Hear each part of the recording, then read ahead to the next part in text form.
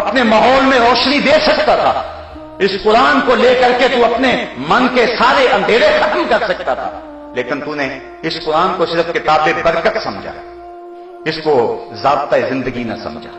تیری کچہریوں میں قانون اور جاری رہے، تیرے گھر کے اندر علاقائی رسمیں رہی، تیری شادی کے اندر ہندوانہ رسمیں رہی، تیری زندگی کا سارا تانا بانا جو ہے وہ کوئی علاقائی رسموں سے اور کچھ تیری خواہش سے اور کچھ تو نے مغرب شب لینا شروع کر دیا۔ قرآن کو تو نے پسے پش ڈال دیا، کہا یہ قرآن اللہ سے شکایت کرے گا، قرآن کہے گا مالک انہوں نے مجھے پسے پش ڈال دیا، اور رسول بھی اللہ کی بارگاہ میں کہے گا کہ انہوں نے قرآن کو چھوڑ دیا تھا، پھر کیا جواب دو گے؟ تو کل قیامت کے دن جو ہے وہ جو سوال ہوں گے ان میں سے قرآن کا سوال ہوگا۔ تو فرمایا حضور نے لا تزول قدم العبد یوم القیامہ حتی یسأل عن اربع، قیامت کے دن اللہ بندے کے قدم اپنے سامنے سے ہٹنے نہیں دے گا جب تک اس سے 4 سوال نہیں کرے گا۔ 4 سوال پوچھے گا، اور ایک حدیث جس کو امام بخاری نے نقل کیا ہے اس میں 5 چیزیں ہیں، اور یہ 5 یا لیکن ایک چیز کو جو ہے وہ ایک سوال میں درج کیا گیا، وہ کیا ہے؟ حتی یسأل عن اربع عن عمرہ فیما افناہ، پہلے عمر کے بارے میں پوچھا جائے گا کہ تم نے اس کو کہاں فنا کیا، ہم نے عمر دی، تم نے چوکوں میں کھڑے ہو کے تو نہیں گزار دی، تم نے چائے والے پھٹے پہ بیٹھ کے تو نہیں گزار دی، تم نے قیمتی عمر کو حماموں پہ بیٹھ کے ضائع تو نہیں کر دیا، تم نے آوارگی کے اندر عمر کو برباد تو نہیں کر دیا۔ عمر کے بارے میں پوچھے گا، یہ میری نعمت ہے، تو نے میری اس نعمت کی کیا قدر کی، اس نعمت کی کیا قیمت ڈالی تم نے، اس عمر کو کہاں گزارا تم نے، اس امت کو آوارگی کے ساتھ تم نے کہاں برباد کر دیا۔ ایک ایک سوال کرے گا۔ وَعَنْ شَبَابِهِ فِيمَا أَبْلَاهُ، جوانی کے بارے میں پوچھے گا۔ جوانوں، یہ سوال قیامت کے دن رب پوچھے گا، اور یہ بخاری کی حدیث ہے، حضور فرمایا اتنی دیر تک اللہ تعالیٰ اپنے سامنے سے بندے کو ہٹنے نہیں دے گا جب تک یہ سوال ضرور پوچھنا دے گا کہ جوانی کہاں گزاری، مجنوں تو نہیں بن گیا تھا، دنیا کی محبت میں گرفتار تو نہیں ہو گیا تھا، تیری نظر بدکاری تو نہیں کرتی تھی، تیرے خیال بہک تو نہیں گئے تھے، تیری سوچیں آوارہ تو نہیں ہوگی تھی، تو جوان ہو کے رب کے حکموں کو توڑتا تو نہیں تھا، تیری جوانی کی دین کو ضرورت تھی، کابل میں لوگ لٹ رہے تھے، کندھار میں کافرے لٹ رہے تھے، تیری بہن آتیہ صدیقی رو رہی تھی، جیل کی دیواروں سے سر پٹک رہی تھی اور رو رو کے چیخ کے کہہ رہی تھی ہمیں چھڑا لو، ہمیں کافروں کے بیٹوں کی مائیں بننا ہم سے گوارا نہیں ہو رہا ہے، تم نے ان کی مدد کو پہنچے، تمہیں محمد بن قاسم اور تمہیں شہاب کی گوری اور تمہیں صلاح الدین ایوبی کی زندگی کا باپن اور حسن اور جمال کیوں نظر نہ آیا؟ تم نے اپنی زندگی کہاں گزاری؟ تم اپنی ہی بہنوں بیٹیوں کو دیکھے ریچھوں کی طرح ناچتے رہے، تم نے اپنی ہی نظروں کو گندا کرتے رہے، تم پارکوں اور چوکوں اور بازاروں اور کالجوں کے دروازوں پر کھڑا ہو کے جوانی گزار دی، کل کیا جواب دو گے اپنے رب کے سامنے؟ تمہاری جوانی کی ضرورت تھی محمد عربی کو، تمہاری جوانی کی ضرورت تھی غزہ کی پٹی میں پستے ہوئے ان لوگوں کو، تمہاری جوانی کی ضرورت تھی جو ہے وہ ان لوگوں کو جو دین کی قدروں کو پامال کر رہے تھے، ان کا گلا دبوچنا تھا تم نے، کہاں تم نے جوانی گزاری؟ صاحبو، یہ کل قیامت کے دن پوچھا جائے گا۔ میں اور آپ تیاری کر رہے ہیں، اگر مجھے میری جوانی کے بارے میں پوچھا گیا تو میں سوچ لوں میں نے کیا کہنا ہے، اور اگر آپ کے پاس جوانی کے لمحے ہیں اور آپ سے پوچھا گیا سوچ لیں آپ نے کیا کہنا ہے، اگر آوارگی میں گزاری ہوئی تو پھر کیا جواب دیں گے؟ لیکن اگر جوانی کسی ڈھب کے کام پہ لگ گئے تو پھر نظریں تو جھکی ہوں گی، رب کے سامنے اٹھیں گے تو نہیں نظریں، لیکن کہیں کہ مالک تیرے قرآن کی نوکری کرتے رہے، اس جوانی میں ہم نے تیرے دین کا کام کیا، اس جوانی کے اندر راہ حق کے مسافر رکھے، تو اللہ اتنی دیر تک بندے کے قدم اپنے سامنے سے ہٹنے نہیں دے گا جب تک اس کو یہ سوال نہیں کر دے گا کہ تو نے اپنی جوانی کہاں گزاری۔ وَأَنْ مَالِهِ مِنْ أَيْنَ اكْتَسَبَهُ وَفِيمَ أَنْفَقَهُ، اور اتنی دیر تک اللہ دولت مند کو اپنے سامنے سے نہیں ہٹنے دے گا جب تک یہ نہیں پوچھے گا کہ یہ مال کمایا کہاں سے تھا، غریب کا خون تو نہیں نچوڑا تھا، رشوت تو نہیں لی تھی، جھوٹی قسموں سے سودا تو نہیں بیچا تھا، ذخیرہ اندوزی تو نہیں کی تھی، کسی کا حق کا مال تو نہیں کیا تھا۔ اللہ پوچھے گا تو نے یہ مال کیسے کمایا، اس کے ذرائع کیا تھے؟ اگر ذرائع اچھے ہوئے تو بندہ کہے گا مالک میں نے ان ہاتھوں سے مزدوری کی ہے، حضور فرماتے ہیں القاسب حبیب اللہ، ہاتھ سے کمائی کرنے والا اللہ کا محبوب ہے۔ اگر ذرائع ٹھیک ہوئے تو کہے گا مالک میں نے تجارت کی ہے، حضور فرماتے ہیں التاجر الصدوق مع الانبیاء یوم القیامہ، قیامت کے دن سچا تاجر نبیوں کے ساتھ اٹھایا جائے گا۔ پھر چوتھا سوال، وفیما انفقہ، صرف کمانے ہی کام نہیں ہے، خرچ کہاں کیا؟ اللہ تللو میں تو نہیں جا رہا، تو آج بڑی ڈھینگ ماری جاتی ہے، میں 10 لاکھ روپیہ مری خرچ کرایا، میں نے بیٹے کی شادی کی ہے 5 لاکھ کی آتش بازی کر دی، اتنے پیسے میں نے الیکشن پہ لگا دیے، اتنے پیسے میں نے فلاں جگہ خرچ کر دی، یہ میرے کوٹھی کا گیٹ دیکھو یہ 10 لاکھ روپے کا بنا ہے۔ اللہ تعالیٰ فرماتا ہے یقولو احلقت مالا لبدا، سورۃ البلد ہے، کہتا ہے میں نے بڑا مال خرچ کیا، میں نے یہاں لگا دیا، میں نے یہاں لگا دیا، اور گمان کرتا ہے کہ میرے اوپر کسی کا بس نہیں چل سکتا۔ اللہ فرماتا ہے کہ کوئی نظر تجھے دیکھ رہی ہے، تیرا سارا حساب لکھا جا رہا ہے، اور انسان اگر تو خود دیکھتا، الم نجعل لہ عینین ولسانا وشفتین وہدیناہ النجدین، ہم نے تجھے آنکھیں نہیں دی، ہم نے تجھے ہونٹ اور زبان نہیں دیے، تو کبھی دیکھتا؟ تو نے مال اتنا لگا دیا آتش بازی پر، 5 لاکھ روپے کہ تو نے اپنے بیٹے کی شادی پہ آتش بازی کی ہے، تیری گلی کے دوسرے کونے پر بیوہ کی یتیم بچیاں گھر کی دہلیز پہ بوڑھی ہو رہی ہیں، تجھے وہ نظر نہ آئے؟ تو نے 10 لاکھ روپے جو ہے وہ خرچ کر دیا ہے جا کے مری میں، اور اس پہ ڈھینگے مارتا پھرتا ہے، تجھے نانے شبینہ کو ترستے ہوئے لوگ نظر نہ آئے؟ تجھے ہوٹل کے پچھواڑے میں سر جھکا کے لائن میں لگے ہوئے لوگ نظر نہ آئے جو روٹی کے ٹکڑے کے لیے وہاں کھڑے ہیں؟ تمہیں گھروں میں برتن مانجتی ہوئی عورتیں نظر نہ آئی؟ تجھ کو یتیم، لاچار، دکھی، مجبور، مساکین، اراملہ یہ نظر نہ آئے؟ تجھے عید کے دن بھی پاپڑ بیچتے بچے نظر نہ آئے؟ تو نے معصوم بچوں کو بسوں میں کنڈکٹروں کے دھکے کھاتے ہوئے پانی بیچتے ہوئے دیکھا اور تجھے اس کا خیال نہ آیا؟ تجھے عید کے دن بھی غبارے بیچتے ہوئے بچے نظر نہ آئے؟ تجھے ہسپتالوں کی لاوارث وارڈوں کے اندر دوائی کے لیے ترستے تڑپتے مریض نظر نہ آئے؟ علم نجعل لہ عینین، تجھے کسی نے نہیں بتایا تھا، ہم نے خود آنکھیں نہیں دی تمہیں، ولسانا وشفتین، تجھے زبان بھی دی تھی، چل خود نہیں کر سکتا کسی کو تو کہہ سکتا تھا، کسی کو تو توجہ دلا سکتا تھا، تجھے زبان دی ہے، 2 ہونٹ دیے، کیا مقصد ہے اس کا؟ تو نے برباد کر دیا، پوچھا جائے گا ان چیزوں کے بارے میں، سوال ہوگا تو نے مال کہاں خرچ کیا؟ عید کے دن کلیجہ پھٹتا ہے، ایک طرف ہم عید کی خوشیاں منا رہے ہوتے ہیں اور ایک طرف غریبوں کے بچے روٹ کے بیٹھے ہوتے ہیں، اتنے پیسے دو گے تو ہم گھر سے جائیں گے، بچے تو بچے ہوتے ہیں اور تو کھیلنے کو چاند بھی مانگ لیتے ہیں۔ وہ مجھے واقعہ نہیں بھولتا اس کرن نامی عورت کا جس نے اپنے مزدور باپ سے کانچ کی چوڑیاں مانگی تھی اور باپ نے اس کو چوڑیاں مہیا نہ کر سکا، تو اگلے دن اخبار میں تصویر چھپی کہ وہ پھندے سے جھول گئی اور وہ معصوم 7 سال کی بچی وہ خودکشی کر گئی کہ اس کے باپ نے اس کو کانچ کی چوڑیاں نہ لے سکی، وہ کانچ کی چوڑیاں لے کر نہ دے سکا۔ خودکشی بڑی بری بات ہے، لیکن اس پہلو پہ غور کرو کہ اس کا باپ اس کی ننھی سی آرزو پوری نہ کر سکا، اس کی ماں کا کلیجہ کتنا پھٹا ہوگا کہ نہیں ہوگا؟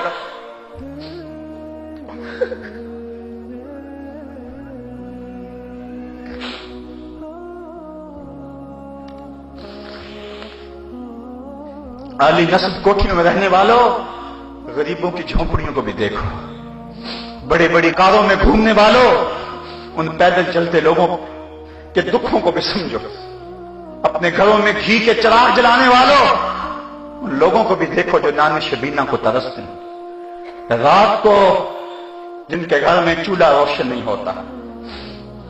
7-8 سال قبل میں ایک دن بازار گیا، چھوٹی عید کا دن تھا، میرے ساتھ میرا بھائی بھی تھا، تو میں نے کہا کہ گھر جا رہے ہیں چلو کوئی چیز لے جائیں، آج عید کا دن ہے، تو مچھلی بازار میں چلے گئے، تو میں نے وہاں ایک عجیب منظر دیکھا جو آج تک مجھے بھول نہیں سکا۔ ہم نے اسے کہا کہ ہمیں مچھلی دے دے، تو وہ مچھلی کو صاف کر کے جب اس کو کاٹنے لگا تو اس کا سر ایک بالٹی میں ڈال دیا اور اس کے پیچھے دم اس نے تھوڑی سی زیادہ کاٹی اور تھوڑا سا گوشت جس کے ساتھ چلا گیا وہ بھی بالٹی میں ڈال دیا۔ اس طرح جو بھی وہ مچھلی تیار کرتا تو سر اور دم بالٹی میں ڈالتا چلا جاتا، باقی اس کا جو بھی اس سے غلاظت اور جو کچھ بھی اس سے جو ہے وہ جھڑتا وہ نیچے پھینکتا چلا جاتا۔ تجسس تھا کہ یہ بالٹی میں کیوں ڈال رہا ہے۔ خیر تھوڑی دیر کے بعد میں نے دیکھا کہ ایک نوجوان آیا پیچھے سے، اس نے اس کو 10 روپے دیے اور اس نے اس بالٹی میں ہاتھ ڈالا اور چند مچھلی کے سر اور چند اس کی دمبے نکال کر کے ایک شاپر میں ڈال کے اس کو دے دی۔ حیران سا ہو گیا کہ اس نے یہ کیا کر دیا۔ خیال تھا کہ شاید یہ کوئی نوجوان سا ہے، شاید کوئی کبوتروں کو ڈالتا ہوگا، کوئی ایسا معاملہ ہوگا اس کا، کوئی کبوتر کی غذا بناتا ہوگا۔ لیکن اس کے باوجود جو ہے وہ تجسس بڑھتا گیا، مجھ سے نہ رہا گیا، میں اس کے پیچھے چلا گیا۔ میں نے کہا کہ نوجوان اس کو کیا کرے گا؟ اس کی نظریں تھوڑی سی جھکیں اور مجھے کہنے لگا اس کا شوربہ بناؤں گا اور مچھلی کا مزہ مل جاتا ہے۔ صاحبوں میں عید کے دن کی بات سنا رہا ہوں اور اس ملک کی بات سنا رہا ہوں۔ جب اس ملک کے اندر لوگ ایسی زندگی عید کے دن بھی گزاریں گے تو پھر وہ پاک سرزمین شاد باد کا نعرہ تو نہیں لگائیں گے، وہ تو حکمرانوں کے گریبان نوچنے کو آئیں گے، وہ تو امیروں کے گھر دے کے خوش نہیں ہوں گے، وہ تو کہیں گے ان محلات کو آگ لگ جائے، جو ہم غریبوں کے لیے نان شبینہ بھی میسر نہیں ہے۔ یہ میں بات جو ہے وہ اپنے معاشرے کا دکھ آپ کے سامنے رکھ رہا ہوں۔